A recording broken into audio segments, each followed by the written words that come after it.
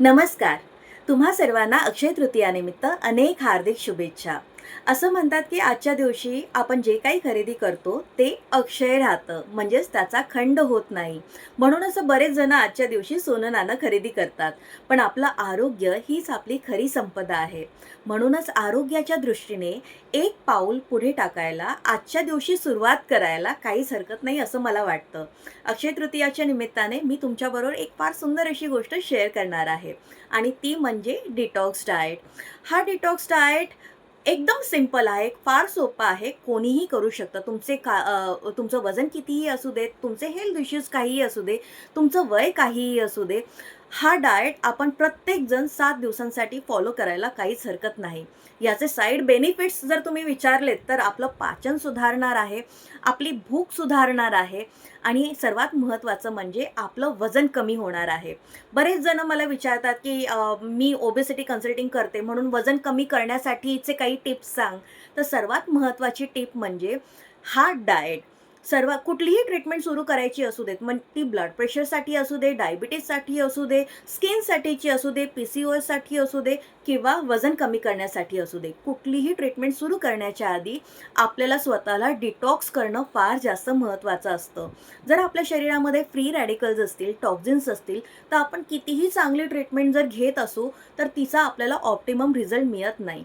म्हणूनच कोणतीही ट्रीटमेंट सुरू करण्याआधी आपण स्वतःला डिटॉक्स करणं फार महत्त्वाचं आहे. डिटॉक्स करण्यासाठी आयुर्वेदामध्ये काही पंचकर्मही सांगितलेली आहेत. जसं वमन आहे, विरेचन आहे, बस्ती आहे. पण ते तुम्ही वैद्याच्या सल्ल्याने करून घेणं अपेक्षित आहे. कारण व्यक्ती तितक्या प्रकृती, तुमचे हेल्थ इश्यूज काय आहेत, तुमची नाडी कशी आहे, त्याच्याप्रमाणे ते पंचकर्माची ट्रीटमेंट तुमची चेंज होणार आहे. तसंच औषधी चिकित्साही असते. औषधानेही आपण आपली बॉडी डिटॉक्स करू शकतो. पण पुन्हा तेच, की तुमचे हेल्थ इश्यूज काय आहे, तुमची प्रकृती कशी आहे, त्याच्याप्रमाणे तुमची औषधं बदलत जाणार आहेत. पण मी जो आता डाएट शेअर करणार आहे, तो आपण कोणीही फॉलो करू शकतो. आपलं वय कोणतंही असू देत, आपलं वजन कितीही असू देत, आपले हेल्थ इश्यूज काहीही असू देत. कोणतीही ट्रीटमेंट सुरू करण्याआधी किंवा स्वतःला डिटॉक्स करण्यासाठी हा डाएट प्लॅन आपण निश्चितपणे फॉलो करू शकतो. एकदम सिंपल डाएट आहे. प्लेन कार्बोहायड्रेट आणि फायबर असणारा डाएट प्लॅन हा आहे. याच्यामध्ये कोणत्याही प्रकारचं प्रोटीन आपल्याला घ्यायचं नाहीये.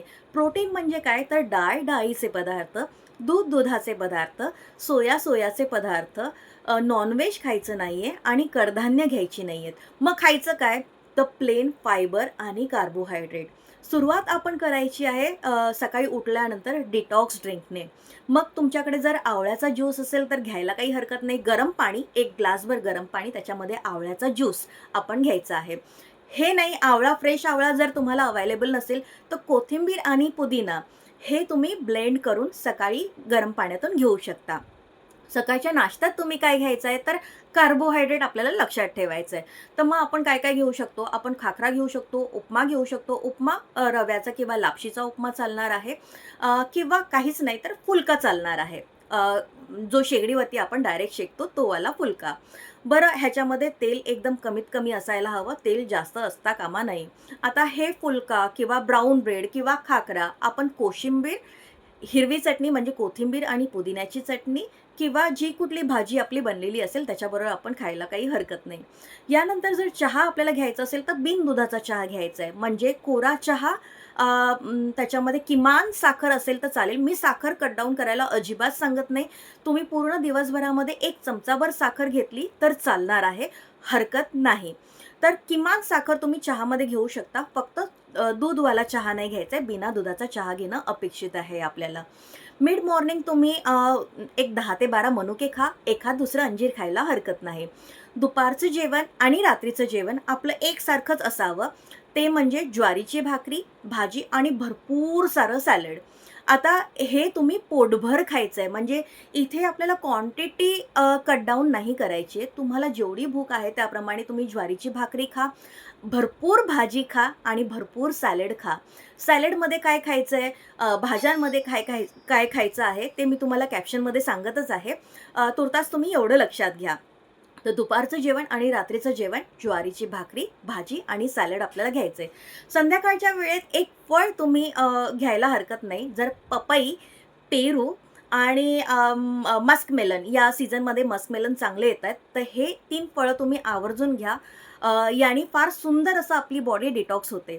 आणि त्याच्यानंतर फळ घेतल्याच्या नंतर थोड्या वेळानंतर पुन्हा एक लेमन टी आवर्जून घ्यायचं आहे. Lemon tea is black tea with lime juice, कोरा चहा, लिंबाचा रस टाकून.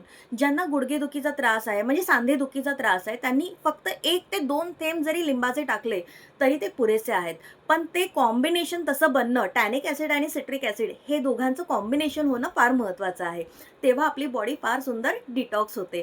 तर हा एक सिंपल असा डिटॉक्स प्लॅन आहे, जो आपण कोणीही कुठल्याही वेळेला फॉलो करू शकतो आणि आपली बॉडी डिटॉक्स करू शकतो. आपण कितीही चांगल्यातले चांगले आपले मशिनरीज असू दे, आपण ते वर्षातनं एकदा सर्व्हिसिंग करतो की नाही, तसं आपण आपल्या शरीराचं सर्व्हिसिंग करून घ्यायला काहीच हरकत नाही.